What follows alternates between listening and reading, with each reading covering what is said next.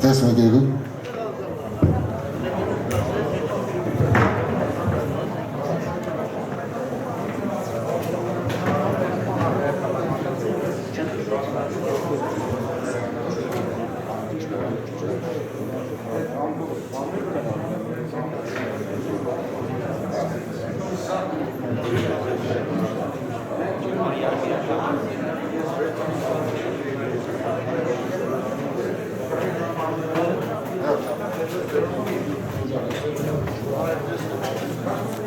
Ողջունում ենք մեր հյուրին, Արա Պապյանին, չնայած նա հյուր չի, նա ամեն օր մեր TV-ների մեջ է, մեր տների մեջ է։ Ամենայն դեպս շնորհակալ ենք այս ժամանակը մեզ տրամադրելու համար։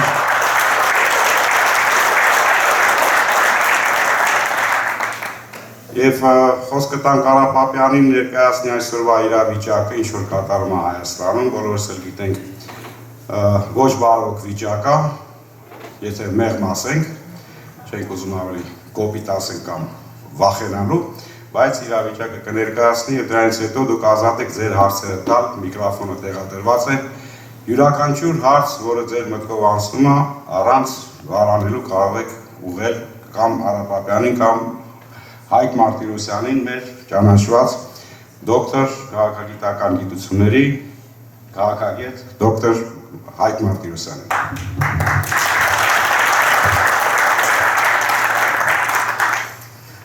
Բարի երեկո, ինձ համար պատիվ է այստեղ գտնվելը, որտեղ ես հնարավորություն կունենամ ձեզ հետ կիսվելու իմ մտածումներով, իմ մտքերով, որին ինչպես հասկացա շատերդ արդեն իսկ ծանոթ եք, որտեղ տարբեր ելույթներին հետևել եք, ինչպես նաև լսելու ձեր արձագանքը, ձեր վերաբերմունքը, ձեր մտահոգությունը եւ հարցերը։ Ես շատ կարճ կխոսեմ, ասենք մի 10 րոպեի շրջանակում կներկայացնեմ իմ այստեղ գալու նպատակը եւ որոշ վերլուծություններ, հիմնականում հարցերի եւ պատասխանների միջոցով կանդրադառնամ, որովհետեւ կարծում եմ այդպես ավելի նպատակային եւ ճիշտ է։ Մինչ այդ ուզում եմ մի հայտարարություն անել ըստ Միացյալ Նահանգների օրենսդրության համապատասխան, ես ձեզ պիտի հարցնեմ առարկություն կա, որևէ մեկը առարկում է, որ ուղիղ եթերով սա հեռարձակվի, որտեղ մենք ուղիղ եթերով նաև Ամերիկայի Միացյալ Նահանգների ազգային ժողովրդավարական բևեռ էջով հեռարձակում ենք, եթե առարկություններ չկա, շարունակենք, եթե առարկություն ինչ-որ մեկը կա, ոչ, չկա, այնպես որ կարող եք շարունակել և մենք անցնենք մեր գործին, պահպանելով այս երկրի բոլոր օրենքները։ Ես Լոս Անջելես եմ եկել մարտի 6-ին և կմնամ մինչև ամսի 18-ը կմեկնեմ Վաշինգտոն։ Այստեղ հիմնականում մի քանի խնդիրներ էր իմ առջև դրված։ Առաջինը նպատակ ունեմ ձեզ բոլորիդ հայությանը լինի անձնական շփումների ձևով, լինի ավելի մեծ ձևաչափով, լինի հեռուստատեսությամբ, ինչպես արդեն նշվեց, տարբեր հաղորդումների միջոցով, ներկայացնելու մեր ծրագրերը, մեր մոտեցումները, ինչպես նաև այդ շատ խեղաթյուրված պատկերացումները հստակեցնել, որտեղ մեր վերաբերյալ, այսինքն ազգային ժողովրդավարական բևեռի վերաբերյալ ահագին կեղծ մտքեր են հնչում։ Մյուսը, քանի որ ես երկար տարիներ զբաղվել եմ հայոց հողային պահանջատիրության հիմքերով, փաստաթղթեր, հետազոտություններ եւ այլն, բնականաբար նպատակներից մեկը նաեւ այդ ուղղությամբ որոշ աշխատանք տանել, նաեւ մարդկանց հետ շփվել, նաեւ այդ ուղղությամբ, այսինքն մեկը քաղաքական, մյուսը քաղաքագիտական առումով, որը մեծ խոսակցության ժամանակ կհասկանա, որ երկուսը սերտ կապակցության մեջ են, բնականաբար նաև, քանի որ մեր ազգային ժողովրդավարական բևեռը նպատակ ունի առաջիկայում ընդլայնել իր շփումները Հայաստանում ժողովրդի հետ, սովորական ժողովրդի հետ, մարզերում բնակվող ժողովրդի հետ, իսկ մենք չունենք մեր հեռուստաալիքը, ինչպես շատ խմբեր, կուսակցություններ, որոնք այսպես մեծահարուստների եւ օլիգարխների կողմից պարզապես սեփականաշնորհված են եւ իրենց քարոզչությունն են անում, մենք պիտի այցելենք գյուղ առ գյուղ, մարզ առ մարզ, նաեւ տեղական գրասենյակներ հիմնել, հետեւաբար մենք նաեւ նախատեսում ենք այստեղ ամսի 17-ին հանգանակություն պիտի անենք եւ մանրամասների համար հանգանակության կարող եք այնտեղ սեղանի մոտ մանրամասները դրված է մոտենալ այնտեղ ես նաեւ նշեցի գրասենյակի մասին Երևանում ասեմ որ մենք այստեղ Sherman Way մայրուղու վրա գրասենյակ ունենք բացած որը պիտի հիմնական կապի հնարավորությունը ստեղծի, մշտապես ներկայություն կլինի, ես ինքս պարբերաբար կգամ եւ այդ ավելի այսպես առիթներ կլինի հանդիպելու։ Սա Լոս Անջելեսյան այսինքն մասը։ Վաշինգտոն բնականաբար այնտեղ հիմնական խնդիրս է հանդիպել իշխանության ներկայացուցիչների, ընդդիմության ներկայացուցիչների, այսինքն State Department, ինչպես նաեւ Կոնգրես եւ Սենատոր։ Մի փոքր խնդիրներ կա կապված սենատի կոնգրեսականների այս հիվանդության հետ կապված COVID-ի տարածման գրասենյակը փակ են կան խոստումներ բայց չգիտեմ կստացվի թե ոչ եթե չստացվի ես առաջիկայում եւս պայմանավորությունից հետո կգամ եւ հիմա կխոսենք նաեւ թե ինչ նպատակներ եւ ինչ տեղեկություններ պիտի իրար փոխանցենք հասկանանք մեր անելիքը որտեղ իսկապես արդեն ասվեց որ Հայաստանում լրջագույն խնդիրներ կան կապված անցյալ տարվա պատերազմում մեր չարաբաստիկ պարտության հետ եւ լրջագույն խնդիրներ կան կապված արդեն Սյունիքի եւ մյուս շրջանների հետ բնականաբար հանդիպումներ ունեմ պետքարտուղարությունում իմ նախկին գործընկերների հետ կարծեք թե դա ստացվում է գոնե մենք կարողանանք իրենց փոխանցել մեր շատ հարցերով մտահոգությունը եւ վստահ եմ որ դա կհասնի բավականին վերևներ ապա Princeton-ի համալսարան պիտի գնամ որտեղ գիտեք Woodrow Wilson-ը եղել է այդ համալսարանի ռեկտորը եւ այնտեղ իր անձի հետ կապված որոշ ծրագրեր կան պիտի դրա մասին խոսենք որտեղ մենք նպատակ ունենք Հայաստանում Երևանում ուժեղացնել այդ մեր հետազոտական կենտրոնը Modus Vivendi կենտրոնը գուցե լսած կլնեք, մենք այդ առնով նաև հաղորդումներ ունենք եւ մեր գործընկերի հետ միասին Հովանես Քարտունյանի հետ միասին պիտի Երևանում ընդլայնենք այդ ծրագրերը գրասենյակի հետազոտական գրասենյակի հետ կապված դրա համար այսպես Princeton-ի համալսարանը մեծ դեր ունի հետո Նյու Յորք եւ Երևան սա ընդհանուր ինչն է բուն նպատակը 200 տարի եւ ավել հարավային Կովկասում մի այնպիսի իրավիճակ էր, որ ռուսական կայսրությունը առաջ էր ընթանում դեպի հարավ,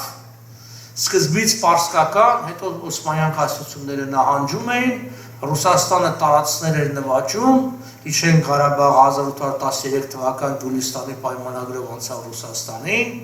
Երևանի Նախիջևանի նահանգները 1828 թվականի Թուրքմենչայի պայմանագրով անցավ եւ այդպես շարունակ։ Այսինքն կար մի աշխարհակահաղական գործընթաց, որին մենք ուզեինք չուզեինք մաս էինք կազմում։ Այսօր տեղի ունենում մեկ այլ գործընթաց։ Ռուսական կայսրությունը այլևս այն չէ։ Եվ հստակորեն տեղի ունենում Ռուսաստանի նահանջ հարավային Կովկասից։ Քայլ առ քայլ, բայց հետևողականորեն։ Եվ նրա փոխարեն ոտատեղ անում Թուրքիան։ Մենք տեսանք Ղարաբաղի պատերազմից հետո Թուրքիան հնարավորություն ստացավ Ադամից արևմուտք Ստեփանակերտի դիմաց ստանալու դիտորդական առաքելության իրավունք, նույնպիսի իրավունք, ինչպիսին ուներ Ռուսաստանը, 60 զինծառայողով, այդքանը Ռուսաստանն ուներ, եւ նման իրավունք չստացան Մինսկի խմբի եռանախագահների անդամ երկրները Միացյալ Նահանգներն ու Ֆրանսիան։ Սա խիստ մտահոգիչ է, որովհետև ինչքան թուրքական ազդեցությունը Հարավային Կովկասում մեծանա, այնքան մեր վտանգը շատանալու է։ Մենք տեսնում ենք Նախիջևանում թուրքական բանակի զինուժի կուտակում, մենք տեսնում ենք գրեթե ամեն ամիս զորավարժությունները Հայաստանի սահմանների մոտ, նախորդը Կարսի մոտ էր ձմեռային զորավարժությունները, հիմա ևս զորավարժություններ ունեն, մենք էլ հակառակ զորավարժությունները պիտի անենք, բայց սա բնականաբար զորավարժությունը նկատնեմ բավարար չէ։ Մեզ պետք է նոր դաշնակիցներ։ Մենք երկար ենք մտորել այդ ուղղությամբ, որ երկիրն է ի վիճակի զսպել, ասենք, թուրքական առաջխաղացումը դեպի Հարավային Կովկաս։ Եվ միակ երկիրը, որը ի վիճակի է, դա Միացյալ Նահանգներն է։ Այստեղ հարցի երկրորդ կողմն է։ Ես խոսում եմ ի վիճակի ասեմ, կարող է, ունի այդ կարողությունները։ Բայց շատ կարևոր հարց է, արդյոք կուզի։ Այս սա է կարևոր հարցը։ Բնականաբար, այստեղ մենք բոլորս անելիք ունենք։ Այս գաղափարը պիտի առաջ մղել, այս գաղափարը պիտի զարգացնել, քննարկել տարբեր կոնգրեսականների եւ սենատորների հետ, պետական պաշտոնյաների հետ, եւ շեշտը պիտի դրվի շատ պարզ հանգամանքի վրա, որ սա պարզապես կողմնորոշման խնդիր չէ։ Սա մի ամբողջ պետության եւ ազգի գոյության խնդիր է։ Մենք ցեղասպանության ոգեկոչման մասին ենք խոսում, բայց ըստ էության մենք կանգնած ենք նոր ցեղասպանության շեմին։ Այսինքն ցանկացած պատերազմ միաժամանակ մեր դեմ Թուրքիայի եւ Ադրբեջանի մասնակցությամբ, եթե մենք մնում ենք առանց դաշնակցի, մենք կարող ենք հերոսաբար դիմադրել, բայց արդյունքը պարզ է։ Հետևաբար մենք պիտի ամեն ինչ անենք, որպեսզի հնարավոր լինի ամենամեծ ծավալով աջակցություն ստանալ տարբեր երկրներից եւ նորից եմ կրկնում, այդտեղ առանցքային դերը վերապահում ենք Միացյալ Նահանգների։ Ինչու, ասացի, առաջինը միակ երկիրն է, որ այդ կարողականությունն ունի, դե գոչվի power projection հասկացություն, այսինքն երբ որ երկիրը միավոր ժամանակահատվածում ի վիճակի է միավոր զորատեսակ ինչ որ մեծ տարածության վրա տեղափոխել։ Որևէ երկիր չի կարող։ Իսկ դա պիտի հաշվի առնենք, որովհետև տարածաշրջանից դուրս են բոլոր խաղացողները, բացի Ռուսաստան, Թուրքիա եւ Իրան։ Ստացվել է իրավիճակ, որ այս երեքն էլ չեն կարող հանդես գալ մեր անվտանգության երաշխավորները, իսկ անվտանգությունը լրջագույն հարց է։ Որտեղ մարդ կարող է աղքատության մեջ ապրել տարիներ, այն հուսով որ մի օր վիճակը կբարելավվի, բայց վտանգի մեջ չի կարող, որտեղ հայտնի չէ այդ վտանգը ինչով կարող է ավարտվել։ Ամերիկայությունը այդտեղ նորից եմ կրկնում դեր ունի։ Իհարկե գաղափարը դեռևս այսպես լայն տարածում չունի, սա սկիզբն է, եւ առաջիկա հանդիպումները Վաշինգտոնում ցույց կտան, թե ինչպիսի արձագանք կարող է ստանալ, բայց մենք հետևողական ենք լինելու այս հարցում։ Շատ հիմնավոր պատճառներ ունենք, որ կարող է զարգացումը դրական լինի։ Կա այսօր ամերիկա-թուրքական հարաբերությունների էական լարվածություն, Ամերիկայի կողմից փորձ ավելի շատ ներգրավվելու Հարավային Կովկասի գործունեությանը, այդ թվում վերականգնելու Մինսկի խմբի եռանախագահության գործունեությունը։ Հիշեցնեմ, որ Մինսկի խմբի եռանախագահությունը դա այն հիմնական ձևաչափն էր, որի շրջանակում Արցախի հարցներ քննարկվում։ Իսկ Արցախի հարցը միայնակ ու մեկուսի հարց չէ, այսինքն չվերջացավ այդ հրադադարով, չարավաստիկ, չարագույն հրադադարով, այլ ստեղծվեց մի նոր իրավիճակ, որը մեզ համար լուրջ խնդիրներ ունի իր մեջ պարունակող։ Դրա համար Միացյալ Նահանգների հետ հարաբերությունները այսօր մեզ համար կենսական են։ Մենք նաև այստեղ առաջիկայում մարտի 16-ին հուսամ նաև ձեր մասնակցությամբ մի հանրահավաք պիտի անենք, դա Մոսկվայի 1921 թվականի ռուս-թուրքական պայմանագրի 100-ամյա տարելիցին նվիրված հանրահավաքն է եւ պիտի աշխարհին ցույց տանք, որ այդ պայմանագիրը, որով Հայաստանի Հանրապետությունը մասնատվեց 100 տարի առաջ, Թուրքիայի, Ադրբեջանի եւ Ռուսաստանի միջեւ մեզ համար ընդունելի չէ։ Սա շատ կարեւոր է, այսինքն կամարտահայտությունը ժողովրդի շատ կարեւոր հանգամանք է։ Դա պիտի միաժամանակ նաեւ Երևանում արվի, դա նախատեսված է, թեև լուրեր կան, որ հիմա Նիկոլ Փաշինյանը կարծեք թե ամսի 15-ին սահմանափակումներ է մտցնելու եւ արգելելու է տարբեր հավաքները։ Բան, այսինքն տեսնենք հիմա եթե ինչպիսի սահմանափակում կլինի, թույլ կտան թե ոչ եւ այլն, բայց ամեն դեպքում ես վստահ եմ Երևանում էլ ինչ որ բաներ կլինեն, մենք էլ պիտի անենք։ Ինչա կարևոր այս Մոսկվայի պայմանագրին անդրադառնալը, մենք երևի առիթ կունենանք հարցի պատասխանի միջոցով դրանց անդրադառնալու։ Ես իմ հարցազրույցներից մեկի ժամանակ այս երկու օրը իմ միտքը ասել, միտքը առանձնացել եւ դրել էին, հետաքրքիր էր ստացվել։ Ես ասացի հետեւյալը. ապրիլի 24-ը դա մեր ժողովրդի ցեղասպանության օրն է։ Մարտի 16-ը մեր հայրենիքի մասնատման օրը։ Սա իրականություն է։ Մենք չենք գնահատում են ողբերգական եւ բացասական հետևանքները, որը Մոսկվայի պայմանագրից եկել է եւ հասել մեր օրերը, հետո Կարսի պայմանագրում դա ամրագրվել է։ Հետևաբար նաեւ այդ հարցը կարեւոր է։ Ես կոչ եմ անում ձեզ մարտի 16-ին Գլենդելի քաղաքապետարանի մոտ գալ, ժամը 6:30 երեկոյան, որտեղ էլի մենք մի քանի խոսք ասենք, ելույթ կունենանք, բայց ինքնին, այսինքն ներկայությունը կարևոր է։ Կարևորը միայն խոսքերը չի որ կասվեն, այդ խոսքերը մենք այստեղ էլ կասենք։ Կարևորը նաև պատկերներն են, որ մարդիկ պիտի տեսնեն, որ հայ ժողովուրդը ինչպիսի թվով է դեմ հանդես գալիս իր հայրենիքի մասնատմանը։ Ինչու այդ հարցերը կարևոր են։ Մարդիկ կարող են լինել ասեն, դե հիմա ինչ եղել է, ինչպես կան ասենք, ապրենք հաշտ ու խաղաղ, մենք էլ հաշտությամբ եւ խաղաղությամբ կողմնակից ենք։ Չկա ստապ մտածող մարդ, որ պատերազմի կամ անհաշտության կողմ լինի, բայց կան իրողություններ։ Իրողություններն այն են, որ մեր տարածաշրջանում միայն հզոր եւ ուժեղ պետությունները կարող են գոյատևել։ Խեղճերին մեզ մոտ չեն ներում։ Մենք Եվրոպայի կենտրոնում չենք, մենք մեծ միջին արևելքի մաս ենք կազմում, ամենախոցելի դիրքերից մեկը։ Երկու հստակ թշնամի պետություն մեզ սահմանակից են եւ երկու անհասկանալի անհստակ կարգավիճակով հարևաններ։ Հետևաբար շատ կարևոր է, որ մենք կարողանանք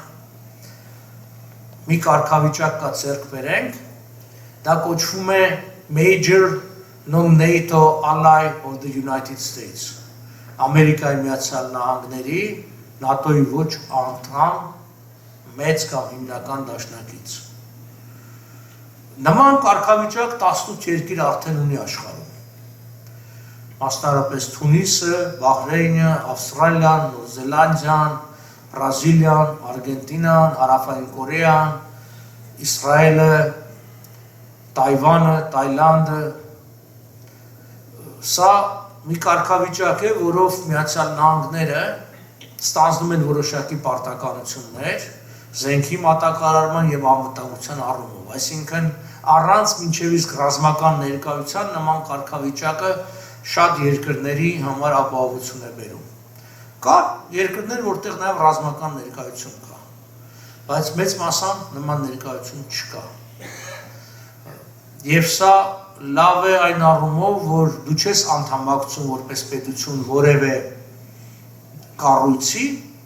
այլ պարզապես երկկողմ հիման վրա եւ այդ կարգավիճակը սենատում է քննարկվում եւ որպես օրենքի ուժով է տրվում։ Ես կարծում եմ, որ ունենք մենք բավականին ներուժ հայկական լոբիստական կազմակերպությունը եւ հայկական համայնքները Միացյալ Նահանգներում, ինչպես նաեւ Ամերիկայի շահերը բավականին այսօր համընկնում է Հայաստանի շահերի հետ, գոնե փորձ անելու նման կարգավիճակ ստանալու, որտեղ նորից եմ կրկնում, դա էապես Հայաստանի անվտանգության հարցը կբարելավի։ Մենք անկախ ենք արդեն 3 տասնամյակ վստահեցնում եմ ձեզ, անվտանգությունը երբեք այդքան խոցելի չի եղել, քան հիմա։ Այսօր ակնհայտորեն ռուս-թուրքական մերձեցումը մի նոր մակարդակի է հասել, ամեն օր մենք լսում ենք ինչ-որ ատոմականների, նոր բլոկների շինարարության մասին, նոր ճանապարհների եւ այլն եւ այլն։ 100 միլիարդ դոլար ապրանքաշրջանառություն պիտի լինի Ռուսաստանի եւ Թուրքիայի միջև 2023 թվականին Լոզանի պայմանագրի 100-ամյակին։ Դա հստակ թիվ է, արդեն իրենք ունեն 40-50 միլիարդ դոլարի ապրանքաշրջանառություն եւ այլն։ Հեսա ես ինչ եմ լսում, սա ի պատասխան նրան, որ ասենք մարդիկ ասում են պետք է Մոսկվային համոզել, պետք է բացատրել, շատ բան է պետք, բայց կա շատ պարզ է այսօր։ Կրեմլի շահը բխում է նրանից, որ Թուրքիան թիվ 1, ինչպես իրանք ձևակերպեցին, ռազմավարական գործընկերն է իրենց։ Դա բառացիորեն 2 օր առաջ մեկ անգամ եւս Պուտինը շեշտեց։ Եվ երբ որ Թուրքիան Ռուսաստանի ռազմավարական գործընկերն է դառնում ընդդեմ արևմուտքի, ակնհայտ է, որ մենք չենք կարող ավելի կարևոր լինել, քան ասենք, որից եմ կրկնում, Թուրքիան եւ Ադրբեջանը միասին վերցրած։ Հետևաբար մեր քայլերը դրդված են ոչ թե այն հանգամանքից, որ ինչ որ բազմաթիվ այլընտրանքներից կամ բազմաթիվ ճանապարհներից խնդիրը լուծելու ընտրել ենք այդ մեկը, որովհետեւ քննարկենք դա ճիշտ է կամ սխալ, մենք ընտրել ենք, որովհետեւ դա միակն է, պարզապես չկա այլ ճանապարհ։ Այսինքն եւ այստեղ պիտի ջանքերը դրան կենտրոնացնենք։ Մի երկու խոսք իմ մյուս գործունեության մասին, որը սերտորեն առնչվում է սա, հենց modus vivendi։ Ինչու եմ ես զբաղվում, որովհետև ես հայ-ամերիկյան հարաբերություններով երկար եմ զբաղվել, եւ հենց սա է, որ հիմք է տալիս լավատեսնել, որ այդ հարաբերությունները կարող է հզորանալ նորից։ 100 տարի առաջ, շուտով 101 կլինի, 1920 թվականի ապրիլի 23-ին Միացյալ Նահանգները ճանաչեցին Հայաստանի Հանրապետությունը, հաստատեցին դիվանագիտական հարաբերություններ եւ կատարվեց դեսպանների փոխանակում։ Սա բացառիկ բան է, որտեղ այդ ժամանակ հատուկ են երկրներ նման պատվի արժանացան, օրինակ մեր հարևանները Վրաստանն ու Ադրբեջանը այդպես էլ չճանաչվեցին Միացյալ Նահանգների կողմից այդ ժամանակ։ Մենք դա ստացել էինք եւ Հայաստանի դեսպանատունը Վաշինգտոնում գործել է մինչև 1933 թվականը։ Մինչև այդ թվականը Ամերիկան շարունակում էր ճանաչել Հայաստանի Հանրապետության անկախությունը։ Երբ առիթ կունենաք լինել Վաշինգտոն DC-ում, գնացեք ներկայիս Գաբոնի դեսպանատուն, դա Հայաստանի առաջին հանրապետության դեսպանատունն է։ Այդտեղ է ներկայացված եւ Գարեգին Պաստրմաչյանը մեր առաջին դեսպանն է։ Լավ է, որ ներկայիս Հայաստանի դեսպանատան մոտ նաև նրա խորհրդանշական արձանը վերջերս բացվեց, բայց ես կարծում եմ, որ մենք բավարար ձևով ամերիկացիներին ցույց չենք տալիս այդ մեր 100-ամյա պաշտոնական պետական հարաբերությունները։ Մեր հարաբերությունները շատ երկար են Միացյալ Նահանգների հետ, 1600-ականների սկզբից, խոսքը դրա մասին չէ, ես խոսում եմ միջպետական հարաբերությունների, որ ոչ թե հայ համայնք, այլ պետությունը պետության հետ։ Եվ Միացյալ Նահանգները բազմաթիվ պարտավորություններ ունեն Հայաստանի Հանրապետության նկատմամբ։ Ոչ միայն Միացյալ Նահանգները, մասնավորապես Բրիտանիան, Իտալիան, Ճապոնիան եւ Ֆրանսիան։ Այս 4-ը ստորագրել են մի փաստաթուղթ, որով որոշվել է Հայաստանի եւ Ադրբեջանի սահմանը։ Եվ կարծում ենք, որ այս սխալ էր եւ նշել են ժամանակին էլ ցավոք սրտի անտեսվեց, որ Արցախի հարցը պետք է լուծել այդ փաստաթղթի ազգերի լիգայի 20 թվականի փետրվարի 24-ի զեկույց առաջարկների ման վրա դա չարվեց։ Դա եւս պիտի շրջանառության մեջ տրվի։ Մենք մեր կենտրոնում փորձում ենք ինչ-որ բաներ անել, այդտեղ տեսնում եք տարբեր գրքեր, օրացույցներ, որ modus vivendi կենտրոնն է տպել, որպեսզի այս հարցերը շոշափվի։ Անցյալ տարի լրացավ Woodrow Wilson-ի իրավարար վճռի 100-ամյակը։ Այսինքն գիտեք դա այն վճիռն է, որով որոշվեց Հայաստանի եւ Թուրքիայի միջև սահմանը եւ Հայաստանի Հանրապետությանը փոխանցվեց նախկին Օսմանյան կայսրության Վանի, Բիթլիսի, Էրզրումի եւ Տրապիզոնի նահանգները։ Իլերումն Արևելի Հայաստանի արդեն գոյություն ունեցող Կարսի մարզի, Երևանի մարզի, Արցախի, Ջավախքի եւ այլն։ Մենք որոշեցինք քարտեզների ձևով,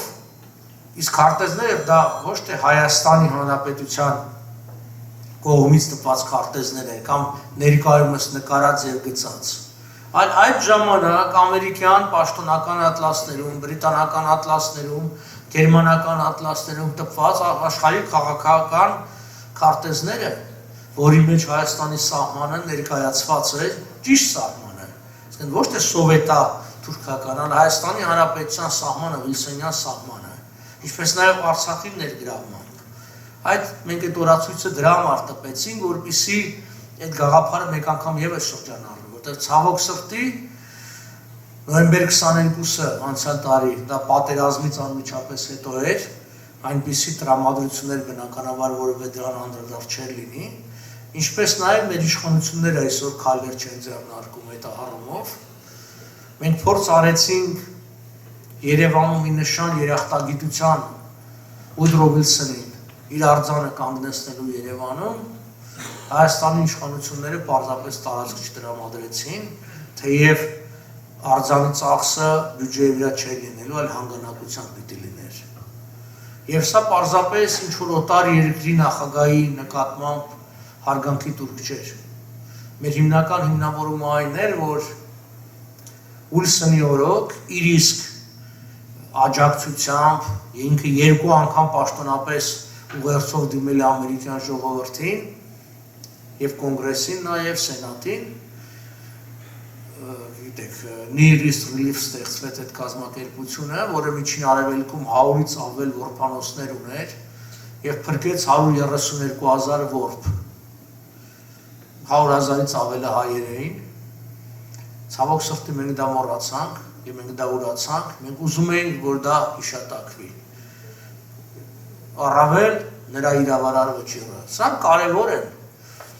հայ-ամերիկյան հարաբերությունների համար այդ պատմական հենքը, երախտագիտությունը կարևոր է։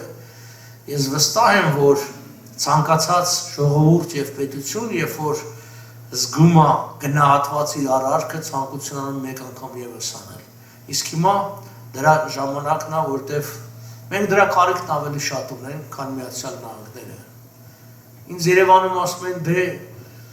իրանց ինչին է պետք, ասում եմ, իրանց պետք չի, դա մեզ է պետք։ Մեզ է պետք։ 700,000 այսօր հայկա, որ փրկվել է Ուիլսոնի աջակցությամբ։ Կա արդյոք աշխարհում մի հոգի, որը ոչ թե 700,000 հայ է փրկել, 700 հայ է փրկել, չկա։ Այդ մարդը մենք հսկայական քանակությամբ գրքեր ունենք, պատմություններ կան, ովքեր որ Լիբանանից են եւ Սիրիայից են, գիտեն, որ դպրոցների մեծ մասը դրանք նախկին որբանոցներ են, բայց միշտ չի ասում, այդ որբանոցները ով ստեղծեց, ում փողերով էր։ Մեծ մասամբ դրանք ամերիկյան որբանոցներ էին։ 89 որբանոց միայն Հայաստանի Հանրապետության տարածքում կար։ Եթե այստեղ գյումրեցիներ կան, իրենք գիտեն, որ աշխարհի ամենամեծ որբանոցը Գյումրիում էր, Գազաչի պոստում, 25,000 երեխա փրկվել այդտեղ։ Այսինքն ինչի եմ այս մասին նշում, որտեղ սրանք բաներ են, որոնք իրողություններ են, փաստեր են, որոնք վստահաբար ամերիկյան ժողովրդի եւ իշխանության վրա ազդելու են եւ մեր վրա են ազդելու։ Սրանք այս ամբողջը պիտի մեջտեղ բերենք, որ լուծելով անցյալի հիման, անցյալի հիշատակման հիման վրա ներկայիս հարցերը։ Առայժմ այսքանով, այսպես ասի, մուտքի խոսքը վերջացնենք, ես սիրով կպատասխանեմ ձեր ցանկացած հարցի, հանգիստ տվեք ինչ հարց ուզում եք, մի մտածեք հարմար է թե անհարմար է, կարևորը հարցն է։ Վստահեցնում եմ ձեզ, հնչեցեք հարցերը եւ ինչքան կարողանամ ազնվորեն կպատասխանեմ եւ նաեւ իմ գործընկերը Հայկ Մարտիրոսյանն էլ կօգնի որոշ հարցերի պատասխանում։ Համեցեք։